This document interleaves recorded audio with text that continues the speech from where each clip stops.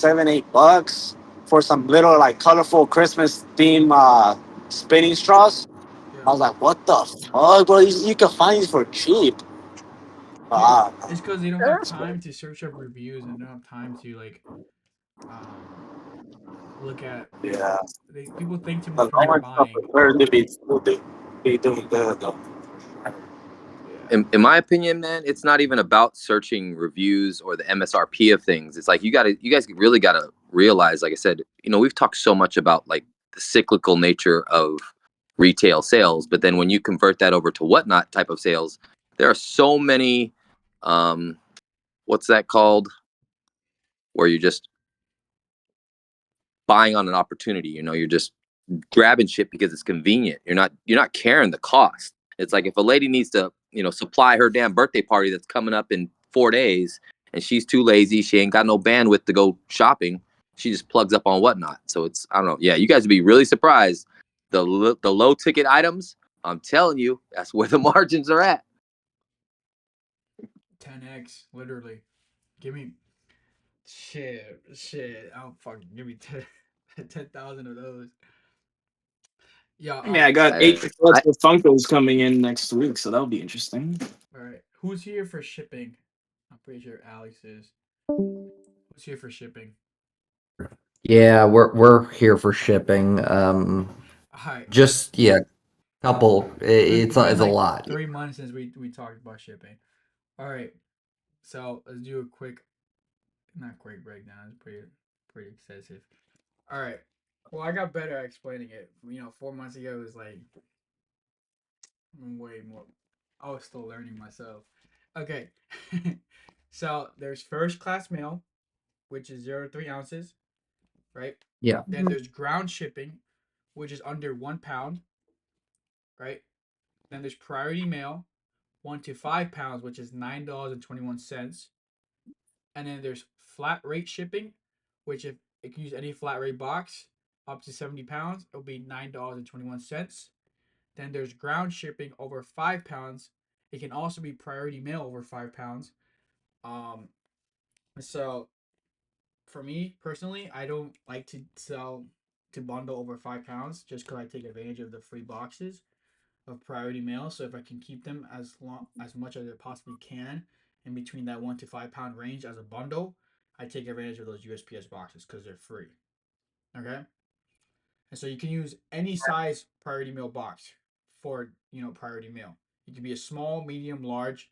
We just use large, even if it's 2 items. We don't Yeah. care. We just use a large. It's less thinking for the shipping. They're thinking less. It could be like 2 small items, but it's in priority mail. We just throw it in the large box. Doesn't matter. Just for efficiency. Now I think how we're set up right now is priorities between 1 to 5 pounds, and then anything over 5 pounds goes like USPS Ground Advantage. Yes, that's what we have too. But we don't sell anything over 5 pounds, and let me show you how. So if you're probably using default shipping profiles, right? 0 to 3 ounces, Yeah. 4 to 7, 8 to 11, 12 to 15, Yeah. 1 to 2 pounds. That's what you're using. Yep. Okay. Um, Keith doesn't really Grasshopper doesn't really recommend doing this. I don't know. I teach everyone to use a max bundle size just so you don't go over because with a default shipping profile, it can bundle up to 30 items. I think someone just texted the other day bundled up to 30 items. And that won't fit in the 12 by 12 by 12 dimension, which is a 1728 cubic inches, right? So it doesn't have to be that dimensions. It can be anywhere. Like it can be a 15 by 10 by 10. That's 1500 cubic inches. So that's perfectly fine. So someone asked me today, they're like, how do you sell those long keyboards? It doesn't fit in a priority mail box? I'm like, you don't have to ship in a priority mail box. But when we do have to ship in a poly mailer or we bubble wrap the keyboard, and if they bought 3 more items, we bubble wrap that too, and then we put in a poly bag, right? And we slap the priority Yeah. mail label. 'Cause But it's still I think we said it's a max of seven things they can bundle together. But the problem or the question I had is like, what if a customer has 3 different orders with like 7 in each order? Can we pull those all together to one box? you can't combine the bundle. You can only unbundle. You can only separate it. but you don't really Okay. want to But do that because it'll come out of your weekly allowance. Um, so for example, so you put a max of 7, right? Yeah. So what's the shipping profile on that? So shipping profiles never mix. They never combine in shipping. So you can have a shipping profile of 15 ounces, max it out at 5 items per bundle. That's what I do for my electronics. And then in the exact same show, I can have a beauty listing with 10 items, 8 ounces each. Eight times 10 is 80 ounces, 5 pounds, but they'll never mix. Okay. So, yeah, so right now, sorry, I can't be on camera. I'm also helping with the whatnot. Yeah. So that was my main question because we had one customer buy so many things, and I guess whatnot just bundled it all. And then she had, I guess it didn't fit, so she had 3 different boxes. So if you don't make the custom shipping profiles, if you choose one custom shipping profile and one default shipping Mhm. profile, the ones like 4 to 7, 8 to 11, they will mix. So if you want them Oh, all okay. separate, you have to create custom shipping profiles for those two different listings, the two different weight classes. Like what you were saying. So you know exactly what you're gonna pull, that you're gonna pull whatever the So you're seven talking about the ounce weight. beauty Okay, so the product. weight. What we Yeah. Oh, do is we do average, the average weight. So what does that mean? Someone buys a cable that weighs 3 ounces, but we're expecting them, if they do buy a heavy item, it averages out to be 15 ounces. We know that because we've just run so many items in the first 2 months where we know like the average is between 12 to 15 ounces. So we don't have to weigh okay. every single item. Because if they buy 3 items, and for example, those 3 items weighed, one weighed 3 ounces, one weighed 2 pounds, and another one weighed 2 pounds, it's still under 5 pounds. It still fits in a priority meal box. And so if you want to be nitpicky, you can change the weight to up to 80 ounces too. So for example, you go to shipments, you can edit the Mm-hmm. shipment. If they bought 2 items, for example, at 15 Yeah. ounces, that's 30 ounces. You can always Yeah. change the weight to 80 ounces because it's still $9.21. Oh, yes. Yes, I get it now. Because we weighted everything and we put it in bins Yeah. We and did pulls. we did pulls. 4 to 7 ounce pull. Yeah, but we knew the exact weight of each item. So I guess at the end, if it was 55 ounces or 80, it was the same price. Yeah. So what category are you Well, selling in? That's the other question we're we we're not have. even sure. We just did like deal hunting, I think we were in which deal hunting. Yeah. That's good. can I touch on? Let me touch on something. So Alex, so let me put it this way: if you're just starting, right, and you're trying to figure out a way to sell off your VRETs or whatever you got, your death pile, whatever you want to call it, right, and you're going through a bunch of different dimensions of merchandise. So if you stick with two principles, number one, that 12-inch cube, so 12 by 12 by 12, is a volume of space that you can consume in any direction. So it can be tall, thin, short, whatever. That doesn't matter. The most, I think, important point or threshold to not cross over is that 5 pound limit. That's when things get kind of hairy. But I think I mentioned inside the chat that um, when you choose ground, and when you choose those default shipping profiles, so these are not custom shipping profiles like Levy was just speaking of. So these are ones that are inherent to the app, and they just kind of throw them in there, and it's like a little range of weights. Um, when you do that, that's when, and so when you do that, and then you couple that with a ground option. So I usually suggest, my wife and I, we usually suggest everyone, when you're a new seller, start with priority and priority as your choice, because in any instance, you can always downgrade to a large flat rate box, because I asked what category you're running, and you mentioned basically a lot of small stuff. So if you're running a lot of small things, and you know, for example, there's no way that 10 or more won't fit in a flat rate box, then the only thing realistically, the only thing I would be running if I were you would be large priority boxes, and then you can always downgrade the customer to a large flat rate if the weight is too egregious. So the weight is what you need to stipulate the most. That's what you need to scrutinize.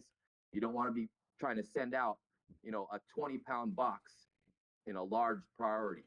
If Yeah. it's 20 pounds, it needs to be at a flat rate and it needs to fit in that dimensions. But again, it's the weight that USPS network wide seems to scrutinize the most. But again, your safest, your most foolproof bet is to run priority and priority just when you're starting. Because then, like I said, worst case scenario, if you need to alter a weight or alter a label and unbundle things and then separate stuff, no extra costs are going to be accrued by you or your customer. Now, if you chose ground and you have to start unbundling things and then creating other stuff, you more than likely will end up accruing some overages, some shipping overages. Those little allowances don't really cover much of anything. The allowances are more for smaller errors, not for large weight variances. So the best way to mitigate any sort of unforeseen cost shipping wise, in my opinion, is to choose priority and priority. That's priority for 1 pound to 4, and then priority for 5 pounds and over. You can always do ground, but for example, my wife and I, we ran like a 3.5 hour R&D shipping show. And all we did was invite all of our platinum members, like 10 or 11 platinum members from the season prior, and then a bunch of resellers from across the nation. That's from every point of the US, north, south, east, and west. And ironically, we found that the shipping costs for customers tended to actually be cheaper when we ran through priority against ground. So we would have the same exact ground package at, let's say, a 10-pound weight. It would cost them more to run it through ground than it would the same exact box on a priority. So that may just have to do with the whatnot contract that they have through USPS, whatever the case may be. But again, I think the most important thing as a new seller is, what do you not want to be eating costs on? And that would be shipping. Like, for instance, last year in Q4, we ate over $3,500 in a shipping error. We made like 13, 14 grand in that show. So it was more than not a problem to pay it out. But that was a lesson learned. The very next week is when I ran that R&D show, because I was sick of asking people, what happens when I do this? And then you get this myriad of freaking opinions across the app itself. And people will be live streaming and say, oh yeah, just do this. Oh yeah, just do that. From my personal experience, and this is through 3.5 hours of arduous, if you looked at my back end of our shipping profiles, it looks like a hot mess. I need to do some housekeeping. But that is literally all of the different profiles, the iterations that we've tried out. Like everything from freaking 1 ounce all the way up to 65 pounds. We did so many, it's like over 120 different profiles we tried out. So again, to help lower your costs or lean out the costs that you may not foresee, priority will always be your best friend.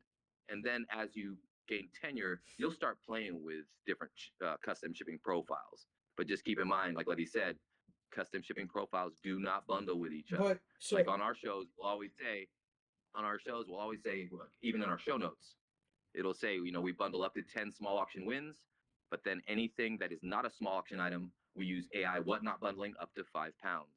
So that's how we roll that. So we'll do small auctions. We'll basically break it down by smalls and larges. Some people do smalls, mediums, and larges, however you want to roll it.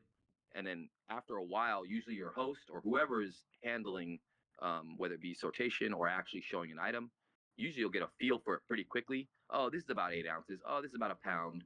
You can usually gauge. And then especially if it's small, like HBA stuff, it's a no-brainer. You can guaranteed fit 10 items into a flat rate box unless they're like 32-ounce bottles of Bioma or something. But that's when you just got to kind of play with your lineup. In other words, I think it was Brian was asking me, it was just a couple shows ago, he watched me, he said, how do you get 10 of those items in a box? He said, I know you're not getting 10 bento boxes in a box. I said, I'm not, but I'm avidly keeping track of who's purchasing what.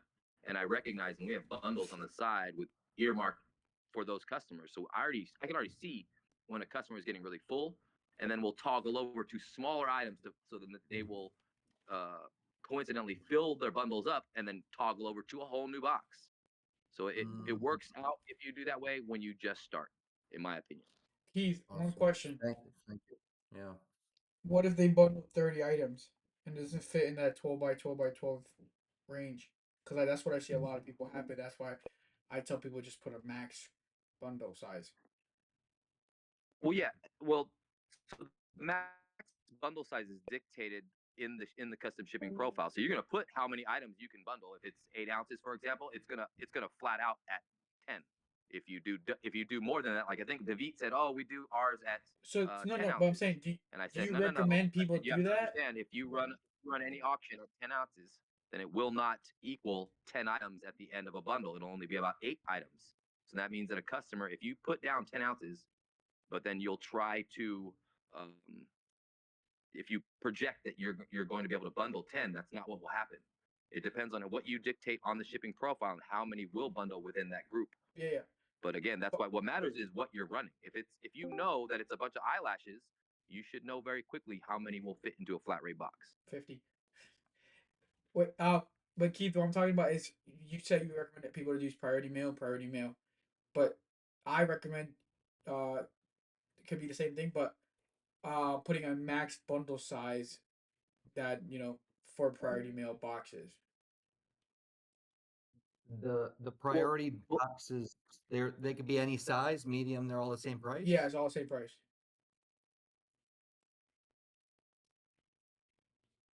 Yeah, we usually suggest, Alex, for everyone to get a myriad of box sizes. I know Levy says it's more, and he is true as far as the processing time that it takes to just basically fold up the same type or dimensions of box. But then we start getting into the semantics of, or the details of customer service. Do people want their items rattling around in a box? Over time, once you become tenured, you'll start seeing, reviews flow in of the most mundane little problems. And one of them will be, why is there so much space in my box? Unless you got some filler to pad the stuff, like No, we do bubble filler. wrap, whatever the case may be. No, I know, but I'm saying but to touch back as far as suggesting a max bundle limit. It's good for anybody to set a max bundle limit as a fail-safe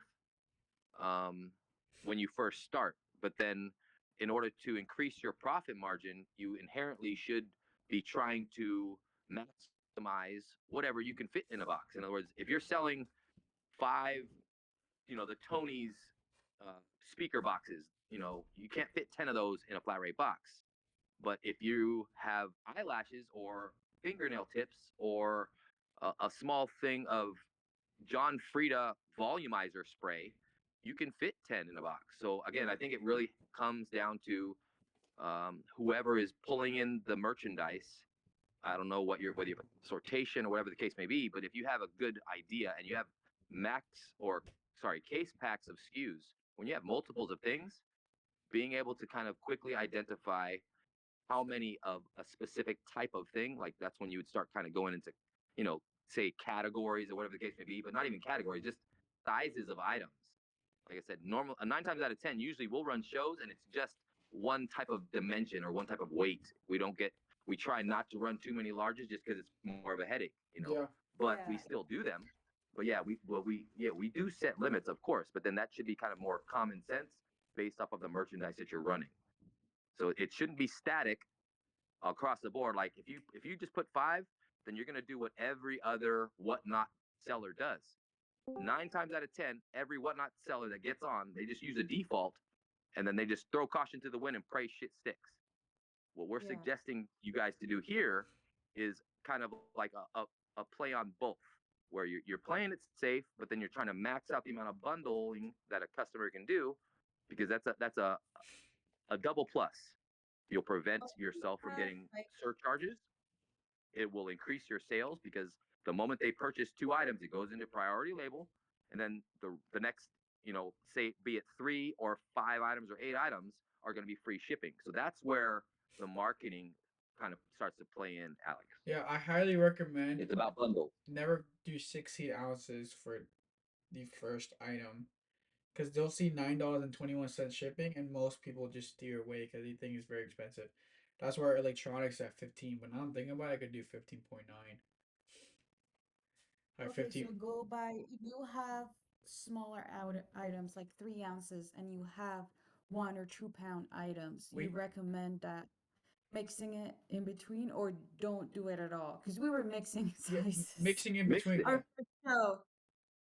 That's what you want. That's what we do. So, for example, let me off the top of my head, my top 10 items. Okay, wired headphones. They're probably like 10 ounces, so not 15, but I'm selling them as 15 ounces, right?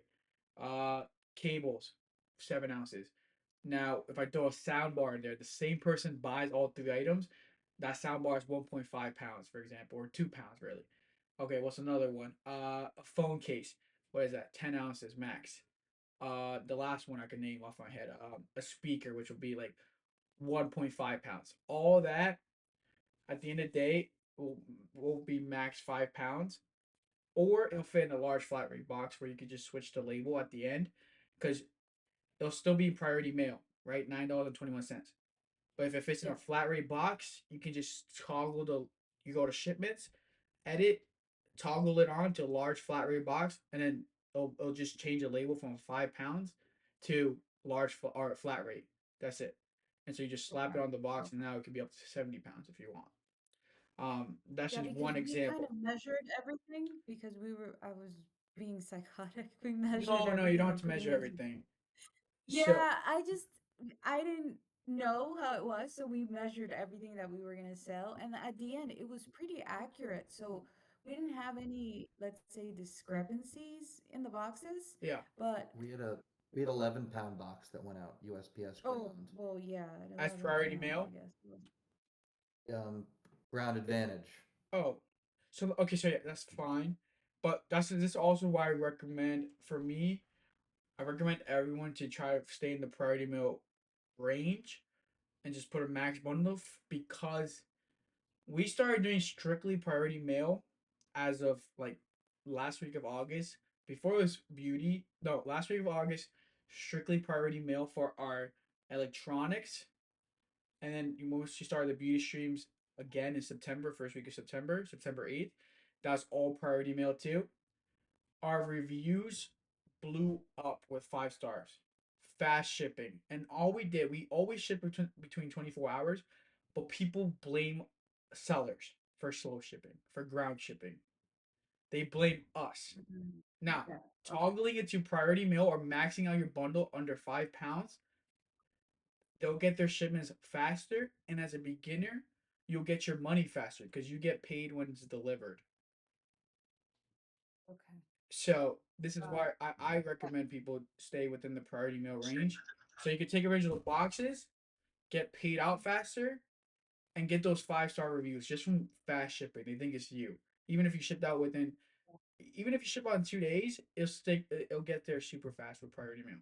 And just for logistics, we were kind of, because it was our first show, we were kind of going back and forth in between the bins. How do you guys logistically go so fast? I see guys that they just take 5 seconds and they just rip through it. What the hell? Like Okay, how do they do it so fast? I don't get so we it. print the labels 1 to 400, for example, for a beauty stream, and we do 10-item bundles, but we separate them by bins. That's what my method. We do by tens, 10, 20, 30, 40s, and we go up to 400. So it fills up 2 carbs, right? You number at the bottom of the screen when you're running on the same shipping profile or the same listing, the number goes up automatically to 1, 2, 3, 4, 5, Yeah. 6, 7, 8.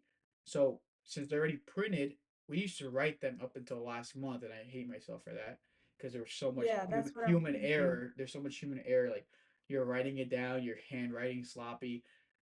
I don't know why it took me so long. Finally started printing it out second week of September, printing out 1 to 400. But also the reason why I didn't do that first is because we would just end the stream randomly. We didn't have an endpoint. Now we've committed Okay. to 400 units per, show for our beauty stream, right? Now for Okay. electronics, we're also at 400 units. So what we've done is also build customer trust. They come back and they know if it's at 395, there's no point in them buying during that show because they're like, okay, we're only gonna buy one item. We can't fill up our box with 5 items. So that's Okay, so got now they know where the end point is. Um, and so they come in within the first 10, they know like, oh, I'm early today. I can take my time with buying, you know. I can buy 5 items within the 400s. Um, you know. Um, And then you guys set up different categories because I did see that people compete in between the categories. Like it could be beauty one time, and then you Yeah, just you switch can sell the categories same. in You can between. sell different categories on the same account. And as when we started doing beauty, we brought in a whole new viewership. People only A lot of people stay in their categories. They don't start expanding or like start hopping around. So it's amazing to see how just streaming in the beauty category now they're buying our electronics just because we moved over for a few days out of the week Okay. and we're grabbing traffic from there. So you don't mix categories in between, like you run I wouldn't beauty, recommend then you it. run. I wouldn't recommend it because usually you're in deal hunting, so that's a different category. But for example, if you're in electronics and you just start running, the weight is different too. Think about the weight. Yeah. So Yeah. now, if you're why would someone pay for one out of their 5 items in their box for a lipstick?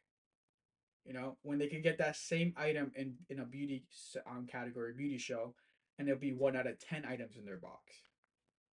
So people Okay. think about what items they're putting in their bundle, especially for that free shipping range. Um, because they hit the free shipping depending on what's your weight class, right? So, for example, my electronics, 15 ounces, it'll be like for the first item, it'll be like $7 shipping. Once they buy two, it's 30 ounces between the 1 to 5 pound range. But now they pay like $2.21 for the second item. So that's $9.21. But now they're in the Yeah. priority meal range, 1 to 5 pounds. So 3, 4, and 5 are free shipping because it is under 80 ounces and it's between 1 to 5 Yeah. pounds. So once they pay the Okay. upfront fee of $9.21 and they're still in between that 1 to 5 pound range, is free shipping. Does that make sense? We've seen that. Yeah, We've we all saw the 921. We didn't know what it meant. I was like, okay. Yeah. So for like beauty, for example, mine is 8 ounces. So 80 divided by 8 is 10 items per max bundle. Max it out at 5 pounds, 80 ounces. So 8 plus 8, 16 ounces. So it automatically puts them in priority mail. Yeah. And now they pay the So it's nine they pay the nine easier dollars and to. 21 cents for the first 2 items. So 3, 4, 5, 6, 7, 8 is free shipping because they already paid the 9.21. Yeah, okay. So Yeah, when you already know that you have a certain beauty item that weighs 8 ounces, then you can put more in the box, like he was saying. Um, yeah. So yeah. it doesn't have to be 8 ounces. It's just that we do that. So because that's the average weight, and also Yeah. because we want a max of 10 items in the bundle. Okay. I'm kind of getting it now. Thank you so much. Yeah. That's with beauty category. That's with beauty Yeah. category. That's a Yeah, category. that's with beauty, yes, but I get it. I get it now. Yeah. It's So it's all about. I wouldn't recommend for except for like shoes categories to do a 16-ounce starting weight because once you do 16 Yeah, ounces we're they trying to see stay nine away from dollars and shoes. 21 they see $9.21 shipping and people will be like, oh, this expensive shipping. No, no, no, no, no, no, it's expensive shipping just because it's between that 1 to 5 pound range. But what they don't know is that you can still bundle up to 5 items if it weighs 1 pound each, but just do 15 ounces, just right under. You could do 15.9, it'll still be $7 shipping. But once they see that 9.21, they're just freaking out. Yeah. If you start with that, I think that's not good. Yeah, yeah. So And especially if they're only yeah, buying one okay. item, and the $2 difference will make them buy. You know. Yeah, but that's the gist of it. Any questions? Yeah, Alex, I was gonna say, um, when you start, I think the most important thing is just to focus on not from a seller's perspective, but a buyer's perspective. Yeah. Or the biggest obstacle that any buyer is going to see on your channel or anybody's channel is that shipping cost. And priority bundling is where that's mitigated. If you're opting for ground, it's not as transparent to the customer. So Yeah. versus when you go, if you go priority, if you choose priority, then you can say with conviction, ladies and gentlemen, whatever you dictated on your custom shipping profile, let's say it's 5 items to a bundle or 10 items to a bundle, you can then, your host can then say with conviction, ladies and gentlemen, you're going to pay shipping for the first 2 small auction items. That's going to be $9.21 broken into 2. Usually it's about $4.50 and some change or whatever for the first 2 items, and then the next 8 or the next 3, whatever bundle max you put, will be free shipping. Being able to say that with conviction on any channel, I promise you, will do you wonders. Because, like I said, the majority of sellers don't even mess with the shipping profiles. They just full gun it, full send, Nukes. and they leave it at default. Wow. Yeah. Yeah. It's. I think that makes a lot of sense. I guess just when I think of a flat rate box, like a large flat rate box usually costs like 25, $30, doesn't it? Like, Yeah, the contract's crazy. Yeah, it's about 26 and change. Yes. So look at this. Check this out. I think a month ago so far, I was doing blowing out bundle boxes. We just haven't done it because it's a little slower lately. We're understaffed right now. But we grab a large flat rate box. You put the weight class as 5 pounds. One max bundle is $9.21, no matter what. We fill up the box. We show the box on camera, and we throw in like 10 items in there. yeah. It'll go for like 40, $50 for the box. We just close the box, slap a label on it, and we ship it out. But that box is pretty heavy. It's like you could get up to like 15 pounds for that box. You could put a whole. You could fill it up with batteries. That's why you see candy sellers do that. Go on a candy stream, Yeah. you'll see a large flat rate box. They're filling it up, $9.21 shipping, and at the end of the show, you can always just toggle. You could select all of them, and you could just click large flat rate box, and it'll make all the priority ones large flat rate box. You just make sure you click on the priority ones. If it says priority mail, just click on those. Or what you could do is you go to search shipments, and you can search up the listing, and it'll filter just the listing, and then just copy or click all of them, select all of them, and just change them all to a large flat rate box, and it'll print all the labels as flat rate. And so it's it's really good, honestly, to do that, especially if you're trying to get rid of inventory, Alex. Like, and you don't really, just get a large flat rate box, and go live, make the custom shipping profile, 5 pounds, max one per bundle. It'll be $9.21. You go on camera, be like, all right, y'all, we're gonna fill this up, and you'll get buyers from Hawaii and Guam just because they want their box filled up, because they're not paying $9.21, they're paying $28 to $48 per box, because they're the only ones that are different. But everywhere here on the mainland is $9.21. But I had that 4 weeks ago. I had one buyer from Hawaii buy like 25 boxes for me. So just imagine 25 times 30. They paid a lot just in shipping. So, but they were also paying like $40, $50 per box.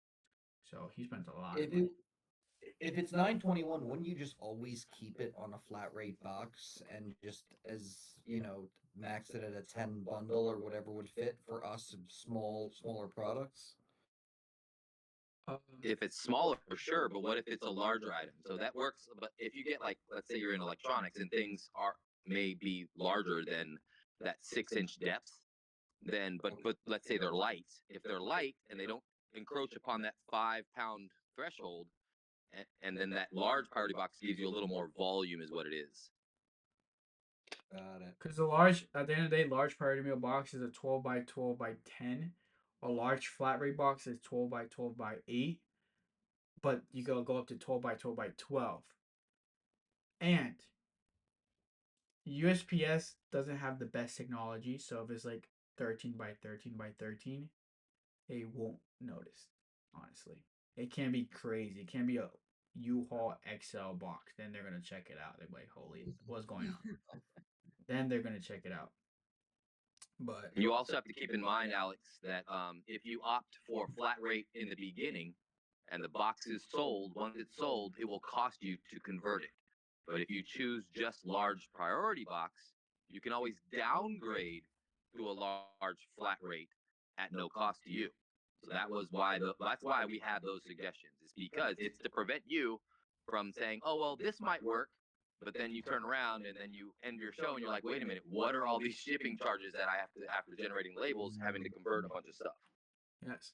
That's Al- smart. Large Also, priority box and here's a convert. little trick. If you do want to do bundles, unlimited bundles, or like bundles up to 8 items, for example, and it'll be, 8 times 15, it'll be like £8. Since they paid over $9.21 shipping, they pay like $9.21 shipping, probably like a dollar. Every pound after like 5 pounds is like every pound after 5 pounds like $1 to $3, right? It's all random. But you can always convert it to a priority mail label or a large flat rate label because it's 9.21 and they already paid that 9.21. That ground shipping over 5 pounds costs more than that priority mail label.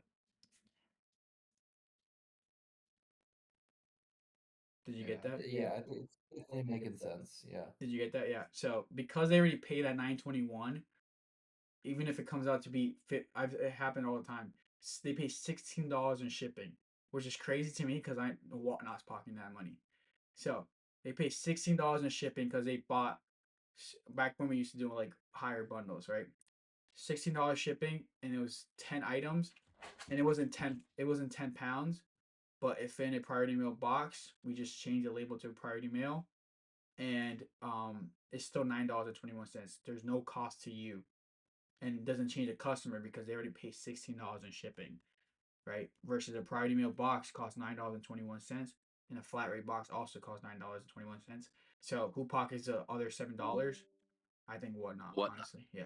They make That happened a lot. We had a lot of people pay $16. Yeah. Yeah, you don't want to do that, Alex. In other words, so keep in mind it's that overage that, yeah, granted, as a seller, you may not see, and yes, you have the ability in the back end to alter the label. The suggestion that I'm making to you is to help not only yourself as a seller, but your customers as well, bro.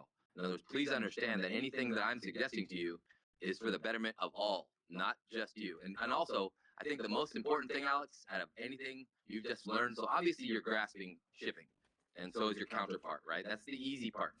I think the biggest little nugget that Levy has put out here is recognizing when anyone starts talking about bundling stuff, Alex, realize, like, ask yourself, why would someone be willing to bid up a box at $40, $50 ASP when the only advantage would be the shipping is transparent. It's one-off shipping price, $9.21. Then typically any buyer looks at the items, they count it, and they average the price or the cost of Yes. shipping between each item, and they're like, okay, that's $1 per item shipped. That's what they start doing. That's why bundle boxes sell so well. Yeah. Yeah. That's also why.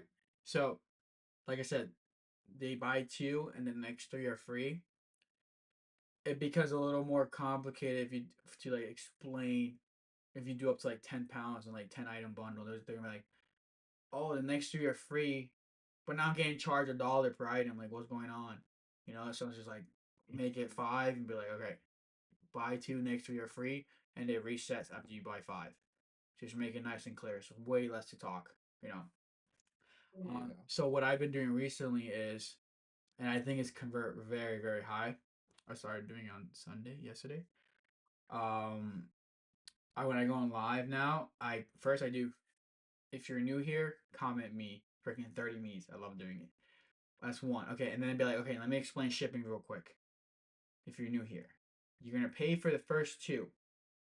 It'll be like $7 and $2.21. For example, it'll be $9.21. Then 3, 4, and 5 are free shipping. You will see free shipping once you buy the first 2. So especially people that are new to the app or new to your show, they don't know your shipping profile if you don't tell them. All they see is your cost of shipping. That's all they see. So they won't know that once they hit the 3rd item is free shipping. How can they know? There's no way for them to know if you don't tell them. And so I think that's converted very high. getting a lot of new buyers. I mean, we've always had a lot of new buyers, but I just think it's been helping with the bids, like even for the smaller items. Because for example, And adding, I do but 15-ounce items for a cable that you're paying $5 for, but the shipping's $7. Like you don't have confidence in buying that, right? But if you knew that once you bought that cable, the next item's gonna be like $2 shipping, then you're gonna buy the next item, and then the next one's free, so you're buying even more. But Yeah. it builds And encourages more people to buy and bid, and you know. correct. because Well- everyone has a different shipping cost. Also, what people don't really, I mean, as an Amazon seller, you know this too. There's states with free, no sales tax. Yeah. You know, so now they're not thinking about sales tax. They're not, and they're barely thinking about shipping. So they're racking up even more, especially the resellers. Got it. Yeah, I think that clears a lot of things up. Yeah. So when I was buying some clothing. Damn, I forgot to. I don't get my box from storage. I bought some clothing and I don't know why I started buying some clothes from Whatnot like a month ago, and I'm like, wait a minute, there's no sales tax on this stuff, so it's just shipping, and so now it gets even more addicting because now you're just paying. And when you see free shipping, that's an advantage that I have. Everyone's thinking about $5 bid plus taxes. I'm just thinking like, oh, it's $5. I bet free shipping. Go $5 flat. No other fees. Just $5 once I hit free shipping. And so even streamers don't know that too, because I was telling someone the other day I was in stream buying, and then I'm like, oh yeah, I have no sales tax. I'm from Jersey. They're like, or on clothing, clothing, apparel, and grocery. And he was like, what? I'm like, yeah. And he's like, oh damn, I didn't know that. So it's an advantage you have. And Alex, I was going to touch on your counterpart asked, how do people get so fast, right? And as far as like the tempo of an auction, and Levy touched on like a numbered spool of stickers to kind of help the notation of it all. But I mean, number one, don't worry, speed comes with time. But as far as like touching on things that will help speed the process up, every time your host has to stop and engage with the chat and explain to them the shipping profiles of things. Like we habitually tell all new sellers, make some show notes. It doesn't have to be like a mini novella like ours is, but put something short and concise in your show notes. That way, like let's say you're on a run and you got some momentum going. The last thing you want to do is stop that momentum and then for the next 30 seconds explain your shipping profile versus just saying, if you're new to our channel, check the show notes, explains all the shipping, then go on, that type of deal. So any way that you can find to not speed up the process, but help maintain focus with your host to selling will always help, is always strongly suggested and encouraged. Yeah, I just realized that I don't think I've ever said read the show notes. Oh, I know. I keep telling you, bro. I told you about using priority labels, and you're like, no. I told you about the sticker. I'm telling you. I keep telling you. No one wants to listen. I don't think I've ever said that. But I don't know. I think people find it more.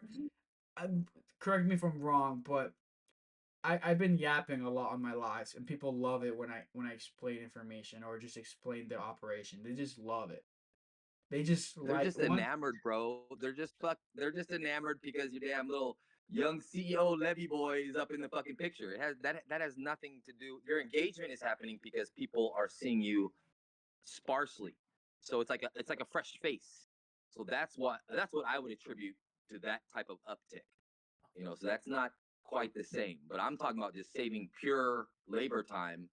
If you're not auctioning, if you're not selling, you're not making money. If you're explaining something, you're not making money. You may have engagement, and that may increase viewership later and more trust later.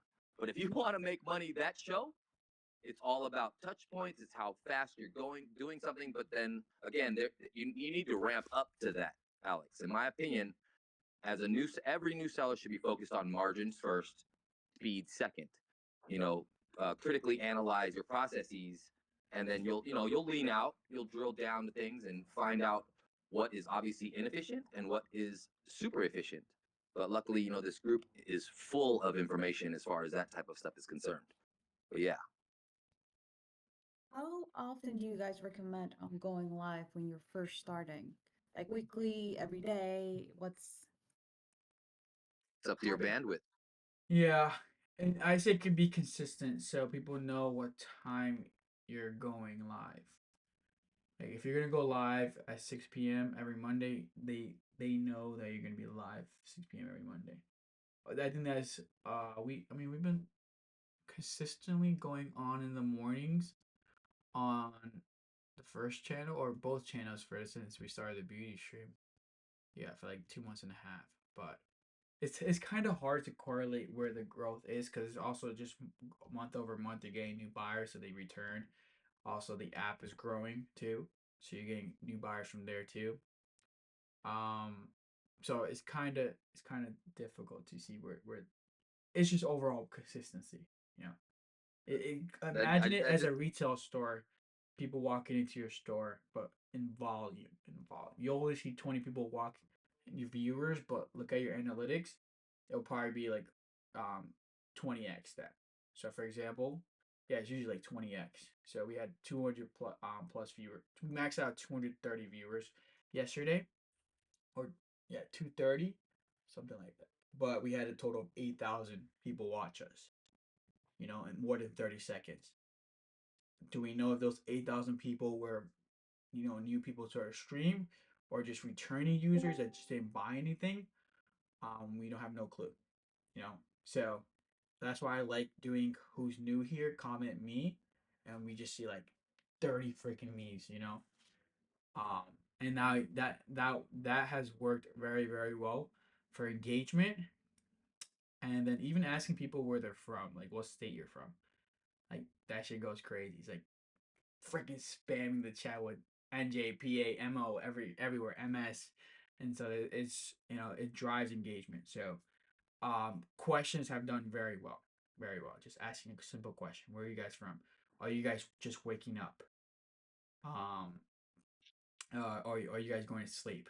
For example, like, what do you work tomorrow? Comment yes if you're going to work tomorrow, and so people are just gonna comment yes.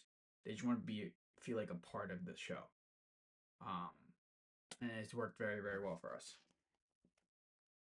Yeah, I wanted to touch on this just because it's like sometimes it's kind of hard for me to kind of recall back when I was first new or starting stuff like that, and it's like I think one of the most important things. So like let's say customer engagement would be the middle intersection of your path, right? I think the first prerequisite. I'm not sure, Alex. I haven't seen your page yet, but if you have not already created shows to bookmark, that should be any new sellers first and foremost. In other words, when you first start, it may be like crickets in your channel. You may only have like 20, 30, 40, whatever, maybe low. But bookmarked shows or having shows to bookmark will be one of your first ins to new customer uh, grabs, right? Or viewership. You can always keep in mind, you can always reschedule a show. Consistency, like Levy said, is, I think, first and foremost. So committing to a specific day, whether it be like when my wife and I first started, we were simultaneously running an Amazon Target liquidation store. So we had to toggle back and forth, and we only did one show a week for 2 months straight. So we did 8 shows. After the 8th show, we both looked at each other and said, okay, forget this. Let's just do whatnot. But everybody's growth or compounding viewership is different. But when it comes to trying to get the initial boost, when you first start, every new seller should definitely have, as many freaking shows as you can create. Again, to remind you, you can always reschedule the show. I don't suggest you do, but you can always reschedule the show if a host can't make it. But at least that gives anybody an opportunity to kind of plug in on a time that may be more convenient for them, or a day that may be more convenient for them versus the day that you happen to be on. And then worse off, if you have no shows to bookmark, then it's like caution to the wind. It's like trying to catch a little needle floating around in the wind. It's just not going to happen. It's much more efficient if you at least first and foremost have some shows to bookmark as a new seller. Yeah. Hey, Yeah, we got hey, one. Sorry, Grasshopper, quick question before I forget. When you reschedule the show, do you think the algorithm dings you and doesn't send the like kind of a push of viewership to those shows? Because I've like kind of played around and I've rescheduled maybe 2 shows, and every time I would reschedule, I don't get like the huge push of viewership to those shows, but then the ones I do not absolutely touch, I get a huge amount of views. Do you think it actually affects it when you reschedule it? Yes. Yes, it indeed does. Now, it's not as like you can't really quantify that type of impact as clearly as other types of variables, but yes, I have found the same type of scenario, but I think that has more to do with The bookmarks, um you know? okay, for example, like my wife and I, we tend to have like marriage banter within our patriarch channel, right? So people were accustomed to seeing us, 3, 4 times a week on a specific time in the evening, and they would openly say, "Oh, you guys are like watching a sitcom." So it's like if people get used to or accustomed to seeing a certain thing, when they get a push notification, let's say you push something out a month later, well, they get a push notification that's buried amongst every other seller that they had an opportunity to bookmark in that past month when you were on hiatus. So I think it's a double-edged sword. But yes, I do agree that I think that the forced viewership by the algorithm of whatnot is lessened, yes, by rescheduling. But I mean, yeah. Yeah, I noticed that just recently because what I was trying to do is kind of game it where I would have it where it would get very close to the time and then I'd reschedule it for like an hour, 2 hours, and I was getting like an increase of bookmarks. But when the time came to actually do the show, the viewership sucked ass. So I was like, what the hell? I thought I was Well, kind of, it was like a small test that I was doing because like maybe if I have more bookmarks, it's just like, people follow, people see, people will do. So I was like, yeah, okay, the that's what I was the trying one to test, so but it didn't work out. well the one. Let me put it this way. So what's I think what's really not unique about whatnot, but what's so interesting about whatnot is there are so many variables at play that it's very difficult to kind of pinpoint that, oh, this is the one cause of things. But like, for example, we don't really feel that, but I think that has to do with the quality of the bookmark. In other words, if you're just catching bookmarks because everybody happened to see you when you're selling a bunch of stuff, that may not make them want to gravitate back to you even if you're on hiatus for a month. But like for us, for example, we can usually reschedule any show and the same amount of bookmarks now come. So it really just depends on, there's a whole bunch of stuff, bro. Like when you guys are tenured sellers and you're running 1 day ship times, 5-star reviews, every time someone comes into your chat, they're always talking about the last items that they bought, how good they were. It's like when you start getting that type of engagement, um, usually the bookmarks that you will see should hold steadfast.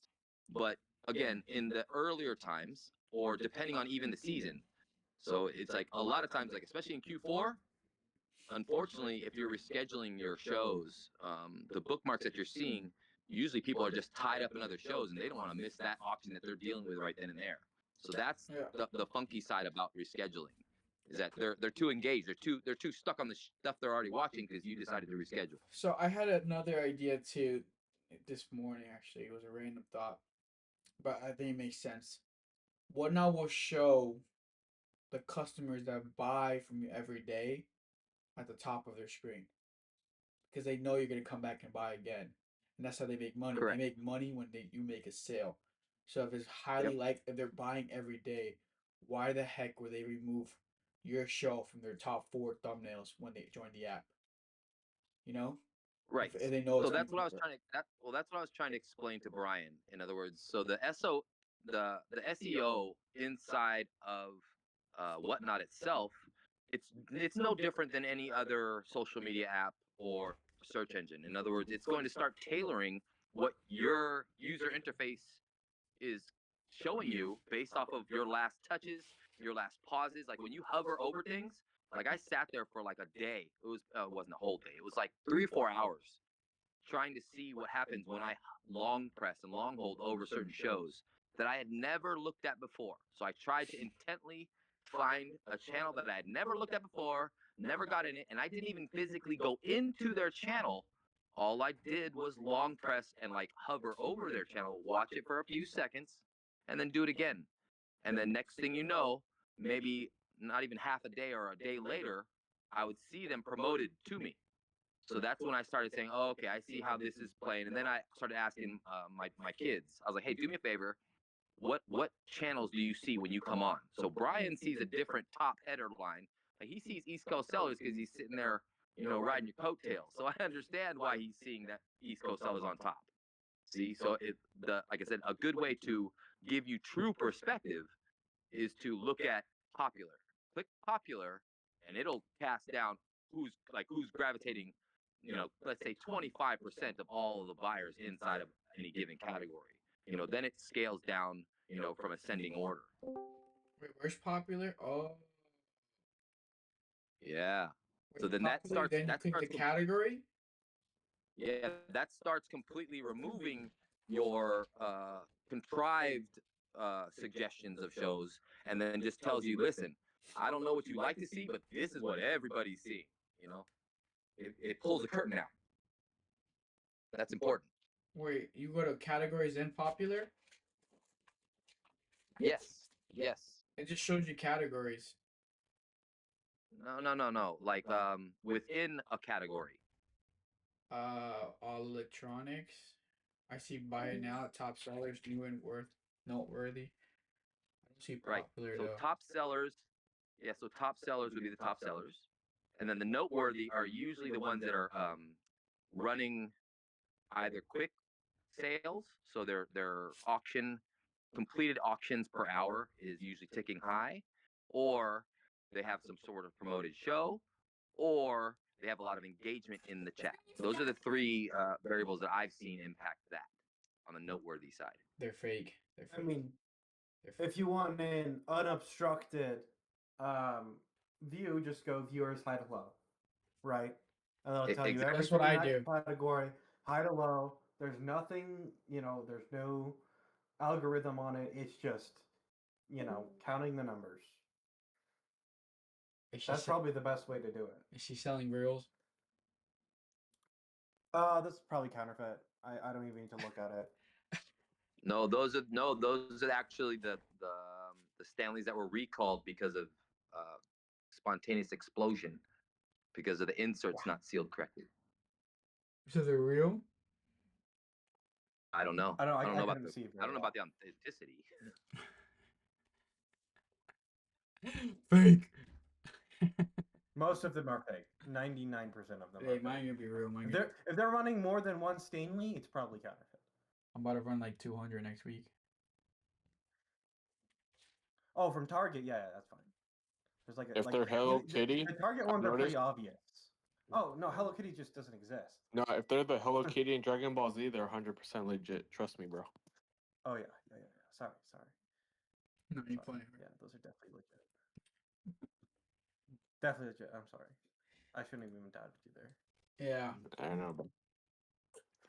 But the also way I see why it's also time on whatnot is because if you can get like one buyer every day to come back, it builds up, So I feel like we had like always 100 viewers, or this past month, because we built up 100 consistent viewers that will come back every day.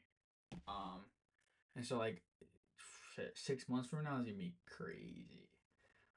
And it's just I think it's exponential growth too, because once people start seeing 200 viewers, they're like, that's rare. Well, not rare, but like that's not average. Let's click on there, and now it just keeps growing even faster because you're in the top sellers now. So I feel like this next 2 months is gonna, like, I don't know. I feel like we're gonna be at 400 in January.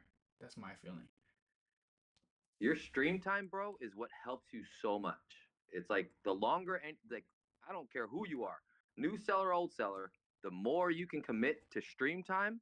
Again, it says 24 hours a day, 7 days a week. There are streamers on here that are on 24 hours a day, ladies and gentlemen, and they are consistently selling, consistently at a couple hundred. So it's like Keith, the reason why I wouldn't want to do 24 hours and I rather just logistics one, there are different accounts with different viewership. Is the algorithm. You know, people been on the app for months and then they finally find us. My brother sells in the same category. We're both top three when we're live. When we're both live. He rates me 105 viewers and only 3 people knew me, which is freaking crazy. When I had more viewers than him, I've been on him longer than him. So it's just like I'd rather just have more accounts and bring in different viewership for every single account. Well, I mean, let me put it this way, Levy. So when you, so I'm this is completely assumptive, but I would like to believe that the only reason why you're saying that would have to purely due to space limitations and labor logistics for you. In other words, if you had plenty of labor right now and you had a 10K square foot warehouse, I doubt you would be saying, "Nah, I don't need to run that extra 8 hours or whatever. It's okay. Why not? It's if you got the fucking No, labor, you I got will the run another manpower." 8 hours, but on a new account. Oh yeah. But I'm I'd like I rather said, go bro. wider Trust me. than deeper. Well, but that's what I'm saying. It's like, why not? If you already like you said yourself, to kind of use your own justification for things.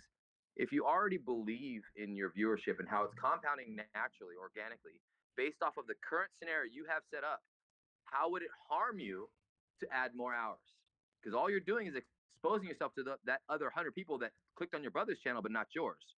In other words, so there's some gap in there inside of your setup where you're not touching every point. That's it. In other words, so you're successful, Yeah. but there is still a gap. And it's like it wouldn't make sense to me why you wouldn't want to go 24 hours, bro. You should. No, I don't care if you got 50 channels. You should. You should be 24 hours a day, bro. For the night Just saying. people. Huh? For the night people that are night. Explain to me this. Oh, You know flash sale bang deals? What happened? yes, What I do. happened to their Yeah, they're actually viewership? new. They're new inside of this year. What happened to their viewership? It died. No, it's getting threaded out, bro. That's what happened. What do you mean? So, dude, there's like, man, I would say maybe, man, it's got to be in the teens. At least maybe 12 or 15 big ass contract holders just jumped on the app, maybe in the past 2 weeks. It's like, but remember what I told you? So I told you guys a couple months ago, I said, a lot of times, I said, what I saw last year, I saw maybe at least 34 to 40% of the app didn't even exist on the app for most of the year. But then when Q4 hits, all of a sudden it's like the fucking floodgates open and everybody and their mama, like big ass sellers that you didn't even see ever before, are now just hammering it out. And that's a common theme where you'll see in Q4 a lot of huge ass sellers literally will take like fucking 7 to 9 months off and only burn out that last quarter. So it's like when you start getting a saturation of sellers that are large, like I'm talking about top 10% that jump on in only 1 quarter of the year, then I mean flashbang deals. So they always started with, give or take, I'd say 30 to 50 viewers. Then they started gradually going inside of the middle of this year. They were grasping right around 100, hovering about 100, 150. When I started, that's where they were But there. yeah, We but then we they started raid to each taper other off. here like almost every Yeah, other day. the only thing I don't like about what they're doing is they started doing mystery freaking complete blind mystery I boxes, saw bro. that. I saw that. Yeah, so they watched us. They watched my wife and I last year. Right, it was like the month before they started, and they sent me a DM asking me about it. And this is when there was not as many rules to it, Yeah. but it's like they're They're definitely testing a inactive lot of right limits now. right now to try to. They're definitely testing a lot of limits right now to try to keep their shit up. Oh, they're banned. See, yeah. Yeah. That's No, what that'll I'm just saying, keep bro. happening. I think they're just low, like their standard of betting is low, but they're just gonna catch up later because they need the volume. Well, no. We're talking about like the viewership. So Levy was asking I know, why I their know. viewership tapered Damn, they out. got banned. That's But they're like crazy. you were saying like they let in like 5 of these contract holders. I guarantee they don't want at least 1 or 2 of them in time, right? They don't what? Well, these contract holders aren't they're not they're not front facing on the retail side. Most of them, they're mostly in the wholesale trade. They're not there to please the customer, right?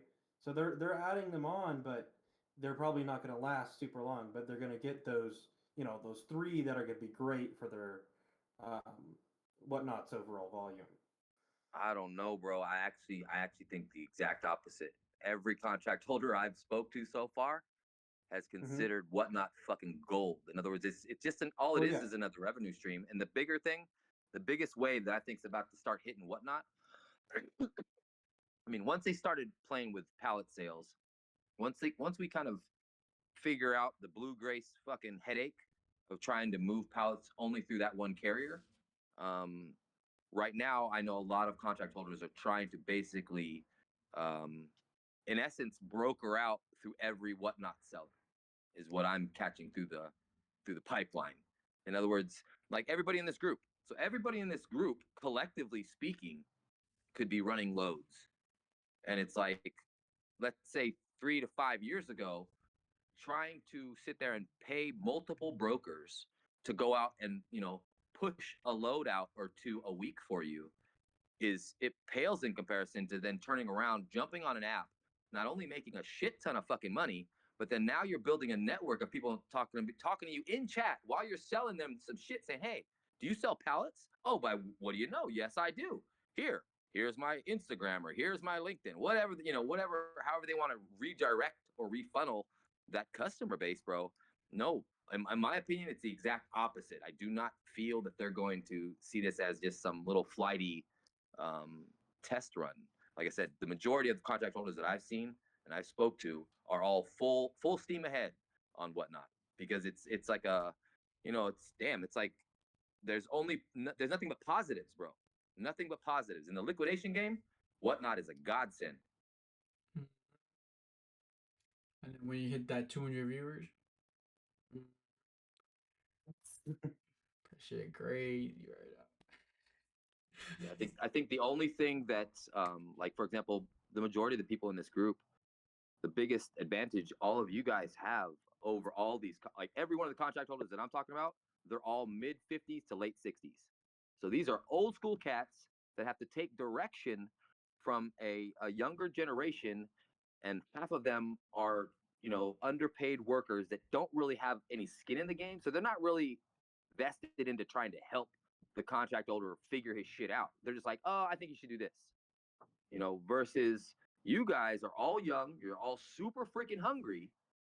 And it's like, all it takes is, that, I think that type of initiative, and hunger to, to change shit up a little bit, to where that's where you guys have the leg up. It's like these guys aren't used to running business this quickly. So you guys use AI tools, you guys use, OBS, all this other bullshit that they don't even mess with. That's where they lack. Mm-hmm. I got some people hitting me up. They're like, "Yep, can you teach me? I'll pay you." Now, what do you think about this, Keith? So I met this guy at Sellers United, right?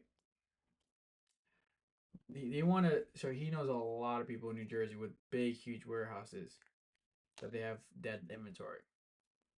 He wants to build an account and like send a team out to warehouses selling their inventory. Yeah, in essence, that's what pallet sales are doing, bro. Who's doing So that? you get into pallet sales. Yeah, you get into pallet sales. Like, I was literally talking to my partner today about just walking through the warehouse and just running pallets. The only reason why we don't sell pallets, bro, is because I don't want to deal with Blue Grace. Wait. It's a Blue Grace Logistics is the freight shipping company that you have to use if you sell freaking pallets on Whatnot. It's not like I can get some good ass deals on freight, because I know so many damn truckers. Like, I think it was man, who was it? Samuel, I think is what his name. We were talking about a load, and he got quote at 1,500, and I got a quote for 800. So it's like, but if I have to use Blue Grace, which is coming out of the East Coast, to catch a freaking load, or even a pallet coming from Cali, it's like it starts, makes things questionable for me. not to mention just a headache because this is a whole damn different company that I don't even deal with. So it's like, but So that's you what would only pallet sales. recommend pallet sales. What is that? You would only recommend pallet sales.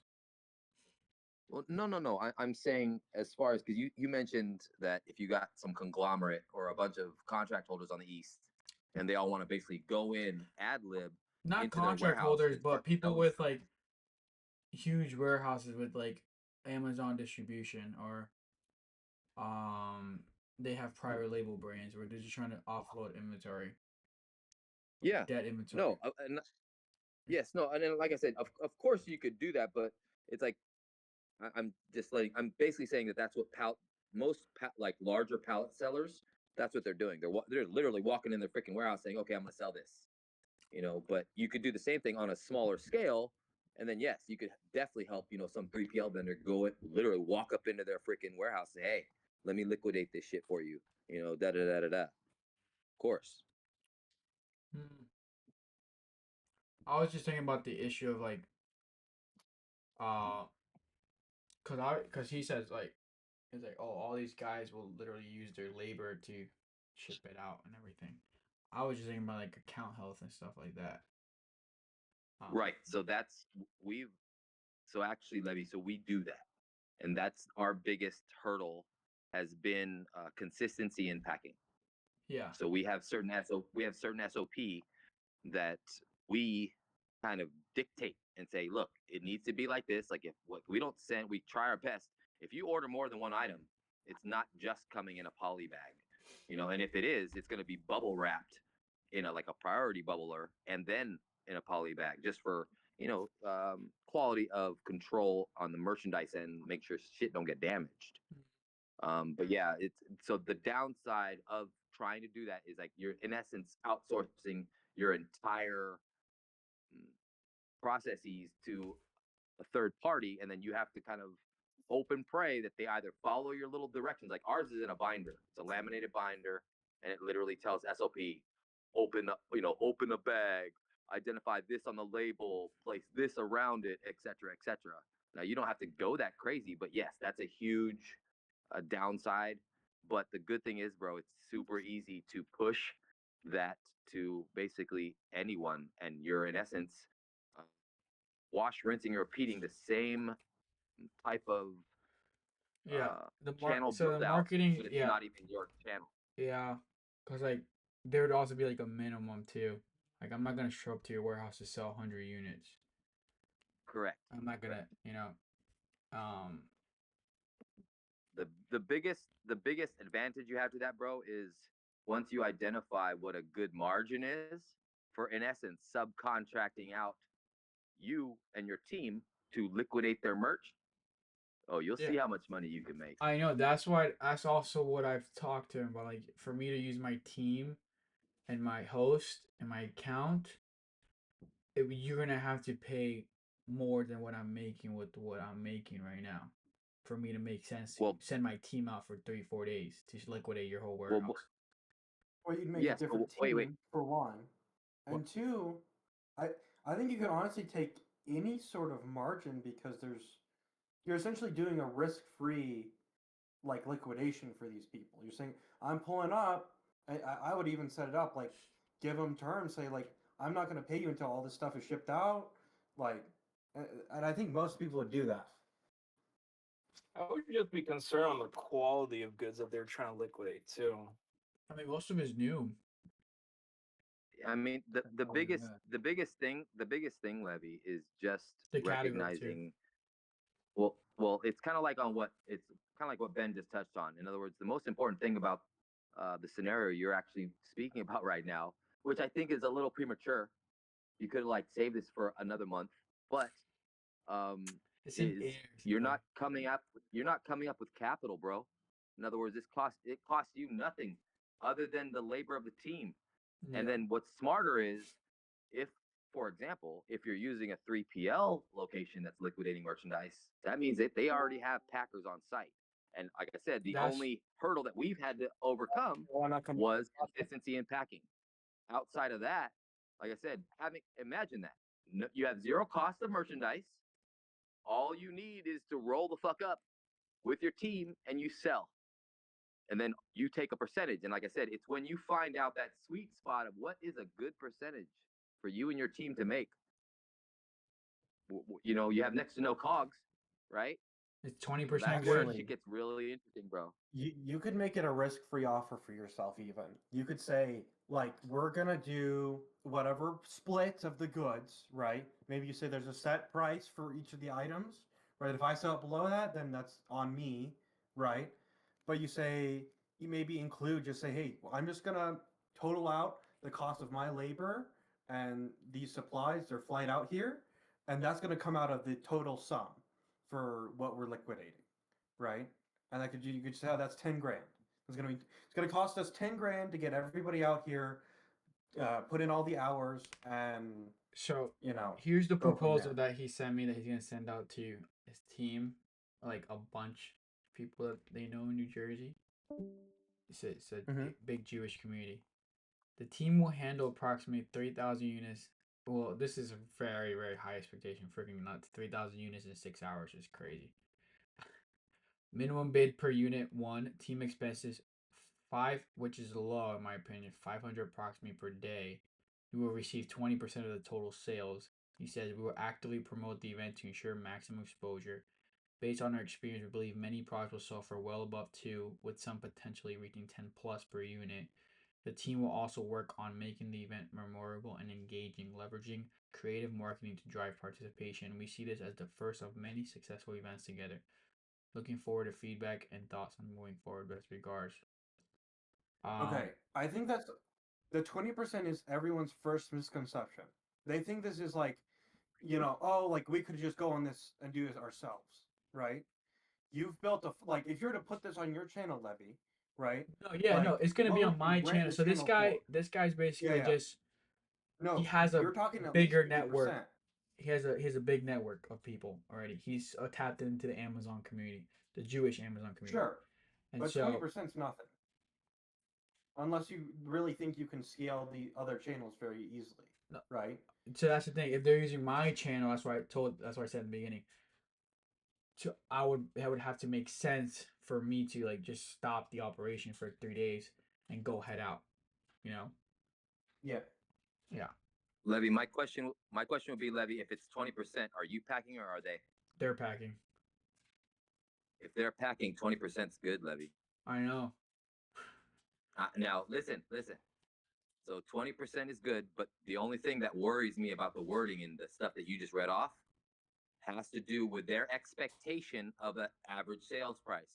So the biggest hurdle that you're going to try to have to overcome is when you bring on someone like that, is letting them understand the ebb and flow of fucking auctions. In other words, Yeah. this is not a guarantee of Yeah. a sales No, price. I did. Yep. But now what you can do with the tenure of your channel, what you can do is say, look, you have to average the price. In other words, you don't even need to call them loss leaders. Yeah. They just need to not focus on the price, the sale price of one item. They're like, oh, well, I used to sell this shit for $15. Well, great. Did you ever sell this dumbass little thing, this fucking fidget toy for $7? Fuck no, you didn't. Yeah. So that's what you do. It's like making them overcome that expectation and then bringing them back to reality. Like in my opinion, the best way to run that type of call it a presentation, right? The best way to run that presentation is suggest they go on live on their own, Yeah. in front of you, and then you go on and you show them, and then tell them to go ahead and fuck with their own analytics and what they expect, and then that automatically gives some validity and some inherent value to what you bring to the table. In other words, Yeah. your talk is no value add. Yeah. But now what sucks is, like I said, if some guy with a crud ton of fucking merchandise out in the East Coast is arrogant enough to sit there and tell someone else that's already successful at what they want to do, how and what they need to sell it at, that's a fucking problem. So that's where, in my opinion, you kind of have to redirect the conversation and bring them back down to reality and say, listen, your expectations are here. Let me show you. And this is like normally, bro, in my opinion, I would shoot shallow. Yeah. Promise them the lowest fucking thing you think you could deliver, Yeah. and then fucking crush it. Don't go fucking tell them you're gonna get $20 ASP. No, for every I fucking told him item. from the beginning. I said, y'all. So that's what he said. He's Yeah, like, but what do they would want? it What do be? they It want would from you? be. It would be. It's like we show them the first run. If they like it, they're gonna call us back in 3 months when they have a shit ton of inventory they have to sell again. If they don't What do like they it, want from you, that's it. You know. But we're gonna make it very clear to them it's auction based. So, um, yeah, I think 20% is good. 20% is good, Levy. yeah, no, that's Trust what me I when was I What do tell they you. want from you, Levi? What? What do they want from you? They just want. So what I also offered was they don't. I told him like it won't even be on my account. Like I would just build an account just for this business too. And but with my strategies, I can get you guys maximum value, right? And I know how to build the systems for shipping and all this. So that's what I'm providing. I'm providing my expertise in this that they don't have time to figure out because they're already running other businesses, right? So um, I think it's a very good opportunity just because of the network that he already has. And so entering there is not a bad thing in my opinion. They want you That'd be to my other build them a question. channel? Huh? They want you to build them a channel? No, this is a guy I Well, how met at would they Seller. I hear? met this guy at Sellers United, right? And Uh-huh, so uh-huh. I gave him my number, explained to him Whatnot. He had no clue what Whatnot Yeah, was. yeah, yeah. Now he calls me. He texts me, and I remember him, bro. Like that day I was so tired. Then he calls me. He's like, okay. He's like, I'm like, oh shit, I remember you. You're the only Jew I talked to there. Uh-huh. Okay. Yeah, Um, yeah. he explains to me like what it was an introductory call, and I'm like, yeah. I mean, Yeah. I want to do consignment, but in 2026. That's why I told him in 2026 when I'm planning to do consignment on my account for two reasons. Because the account is growing and I want to provide maximum value to people that do consignment. I don't want to I want to get you the maximum value, you know? Like for example, today, if someone had a consignment today at 300 viewers, like it could sell freaking crazy, you know? Um, yes. Oh, wait. You were talking about something about 20% though. That's what yeah, we're gonna take 20% of sales. So we sell $100,000, we made 20 grand. No. Okay, Sure. no. Oh, But no, Levy, you need to clarify this. Is this pre or post fees? Because they probably are thinking a dollar's, close This will to a be damn I'll make dollar. it very They're clear. probably not thinking 50 This is cents. before fees, you know. 20% Oh, before that's fees, different. I would very much pass on. Yeah, that's different. Before fees.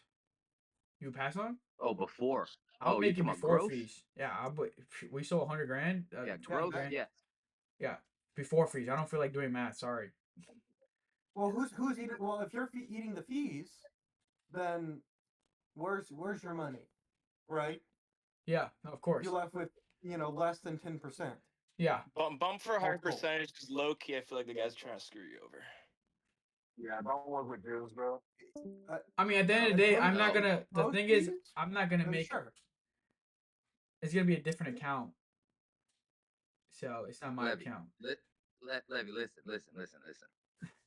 It is not a bad idea if you are catching gross, not net, not after fucking fees. Yeah, gross. If the landing price is $10 and you get $2, you don't have to buy any merchandise. You don't have to fucking pack anything. All you have to do is send one of your girls up and stream some shit. Trust me when I tell you, 20% is good. It's good. Yeah, I know. Yeah. The only thing that worried me was just the packers, but he said no, they have packers because they're already doing distribution. So, Right. All right. But listen. That's Wait. the but systems. listen. Right. In other words, so every larger holder that started this shit has different like outlooks as to customer service. Yeah. And it's like if you're building a certain brand, right, and you're slowly eventually going to get the 5 stars.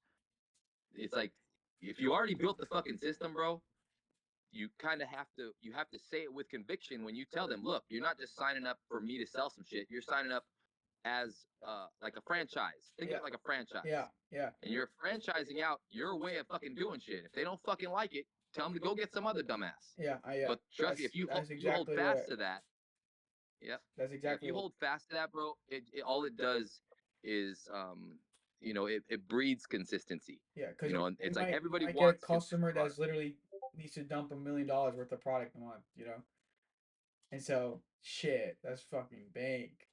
And then we could even build like a little product. sector in his warehouse to fucking create a whatnot stream. I just send a streamer. It's my account. You don't have to build an account. I just give me 20%. Yeah, I think it's freaking. Yep. And so Yes. even at 3 customers a month, freaking shit. That's the right. It's like if you imagine it's like Levy, you imagine your margins or you see your margins now, and now that's without the cogs removed. But then when you go into the scenario you're speaking of now, as far as consignment, yeah, then imagine what your cogs are. Your cogs are next to nil. yeah. You're not paying And now for we're the also warehouse. talking You're about not paying for the storage. You're not paying for the freight. You're not paying for nothing. yeah. 20% is good. We're also talking about we're just gonna start out in Jersey. It can be like a whole agency type thing, where people start hearing about us. Like y'all, like we become the liquidators. That's why I wanted. That's what the vision was from the beginning.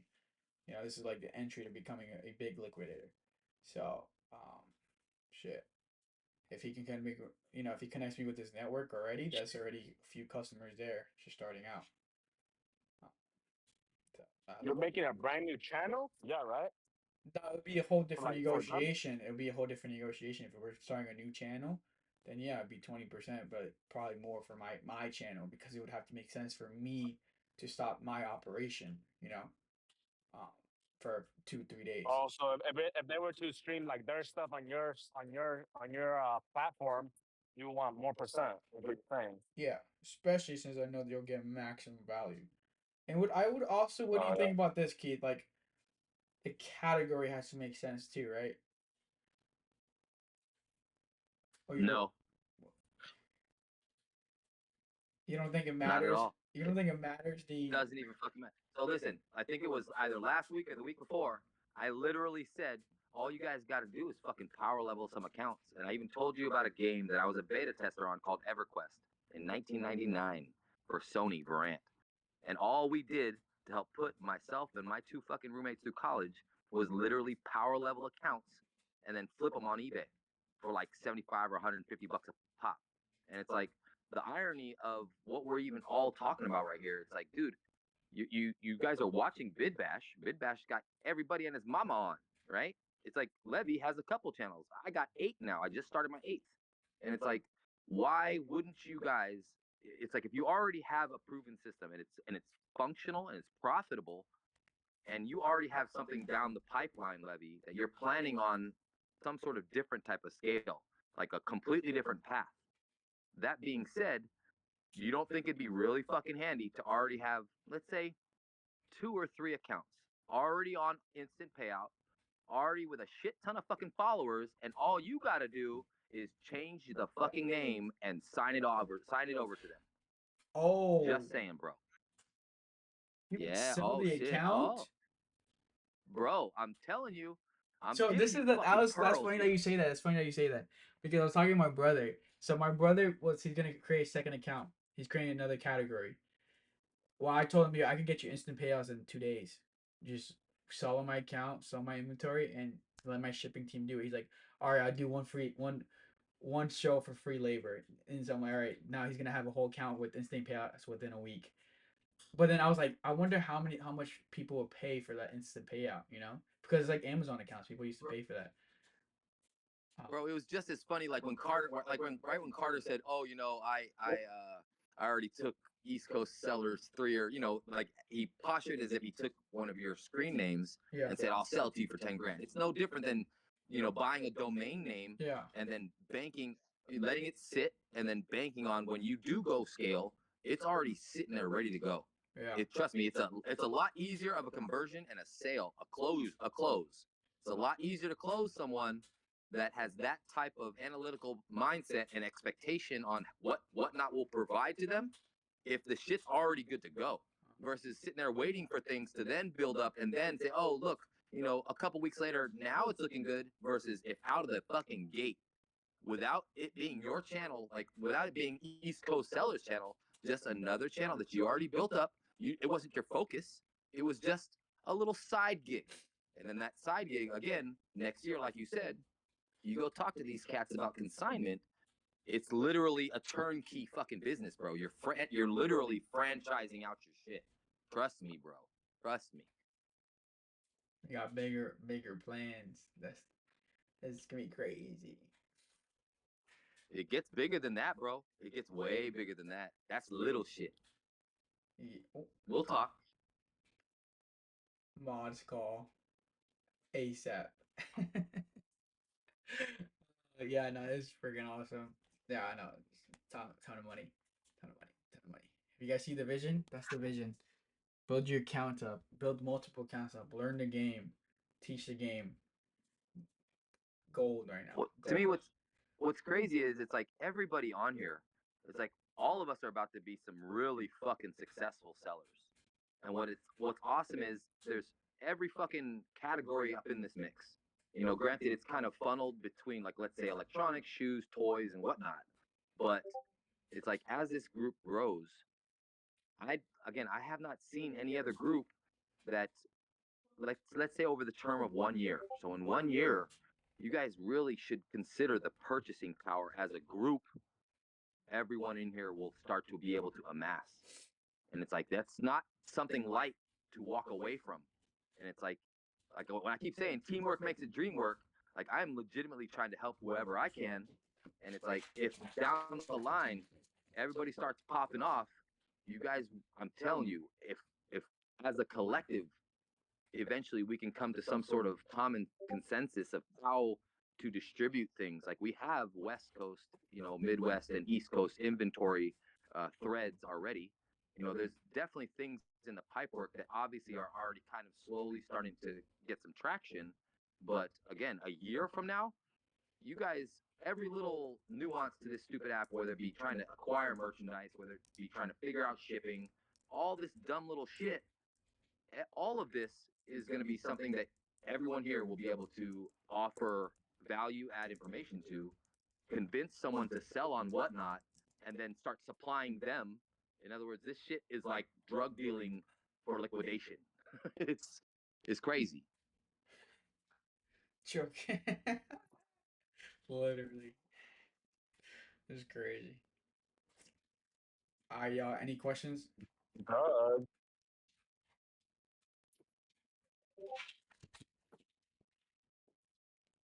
Any questions, y'all? I had a stream in the morning. So sad. One Night Empire to the moon. Yeah. Flash sale on Black Friday. Oh, I do wonder what I will do to incentivize people to be live Thanksgiving weekend. I think it's gonna be 0%. I really hope so. If it's Or at least half. if 0%, 0% Yeah, fees? it was crazy. fees last. What did they do last year for Black 0% Friday? on Black What did they do Friday. last year for 0% fees? Yeah, Yeah, just your credit card fee Yeah. that you had to pay. just a 2.9. Yeah. Oh. What the? Literally fuck, every bro? seller in every category was on at the same time. Yo, I'll be Yep. on 24 hours, yeah. bro. 20. Oh yeah, everyone's gonna be live that day for sure. Dude, there were so many streams. There were so many streams that hit their bandwidth limit and were like freezing because there were so many thousands of people. Wait, what really? limit? The what limit? There's a The what bandwidth limit? limit. You can only have a certain amount of thousands of people in your fucking chat That's why Cool before Kids that would shit starts crash. stammering. Like, because the app itself can only devote a certain amount of bandwidth to each Yeah. channel. That's why Cool Kids were Yeah. like going crazy. That one time he had 30,000 viewers. People couldn't Well, get in. his margins are a lot thinner too. Like, so if you've got that commission back, like you're making a lot of money. I'm going nuts. with that 24-hour stream coming up. ISP. 24-hour stream coming in. Oh, Linden Auction. You're right. Who the hell is that?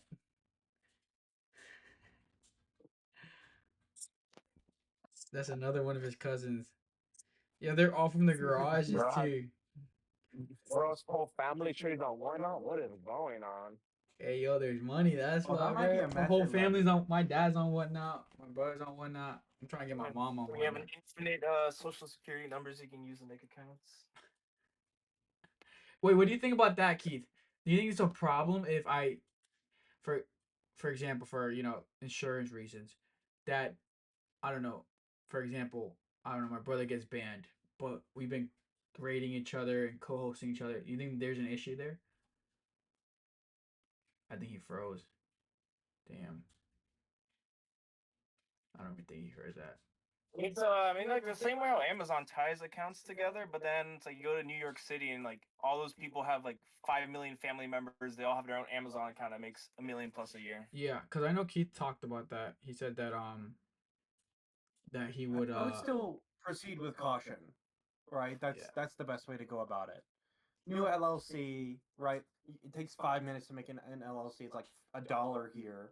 It's been yeah. $1 for a while. So it makes me Like- wonder, like for example, you and whatchamacallit, Mayflower, they're completely banned. I haven't seen them in a while.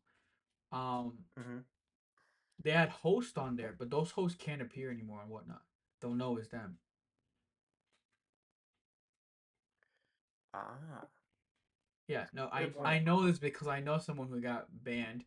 They Did created you ever see OnlyFans? they created another account. Like some emo guy. Well, like he puts like the little mascara under his eyes, and he has like the comb over with eyebrow piercings and shit. What are you talking about? His channel was OnlyFans, and he got banned, and he made another one, right? And it was the same host, the same guy, like the same emo guy. And I joined. I'm like, hey, what happened to your OnlyFans account? He's like, I don't know what you're talking about. Even though he clearly was the fucking owner of that account, and he was ignoring my question, like, you got banned, huh? He's like, no, I don't know what channel that is. Bro, this dude's trying to get banned. And then in that news stream that I was Bro, watching, Brian, you're trying to those get drones, you know how blocked they by have the everybody. MSRP? You know how they have the MSRP on the drones on the top right? Yeah. He had like a sticker covering it now. I'm like, why are you covering the MSRP? Is because you got banned because of the MSRP thing? And he just stopped answering me. Dude, Fuck yo, him. you're rage you're rage. Please don't tell me you're doing this from your seller's account. No, I have an all account. You have a fake another account? Yeah, I have another account. Why is that bad if I do it on my sellers though? What is it? Like, No, I'm just saying like there's What is that? bro. Well, you don't want to get your like you don't want to get banned as a seller. Why would I get banned if I'm just asking something on the comment? Well, no, but I'm not like cussing him out. I mean, you could get banned as a buyer from the platform. Is what I'm trying to say. And Oh, you don't want that, right? Don't Because you they're get like banned as a it's like an buyer? Amazon account, right? It's like your Amazon account has two sides to it, right? It has the Yeah, the buying and the buyer- selling, always, yeah, regardless yeah, of what yeah. happens. Yeah. Well, if you have a seller, you always have a buyer. Buyer's a Yeah, you get banned completely. The whole account just can't log in. Yeah, the whole thing gets doomed. Don't Yeah, it's like on the Whatnot buyer side, if they do a chargeback, I've been seeing online that they just banned their account. Don't ask me how I know. I know someone who just got banned for like a couple hours, but they reached out to a rep and they got unbanned. They got banned for a couple I need a hours. 1E rep. They got banned, yeah, for like, and then they emailed them, texted the rep, and then the rep just texted them, okay, you're good now, you're unbanned. That's sauce. He beat Section 3 on Whatnot. Alright, Yeah, y'all. There's gonna be like a new river bin for Whatnot soon. Yo, I gotta That's head right. out though, for real. So peace. That's the next ASD goal. We all try to get our own Whatnot rep.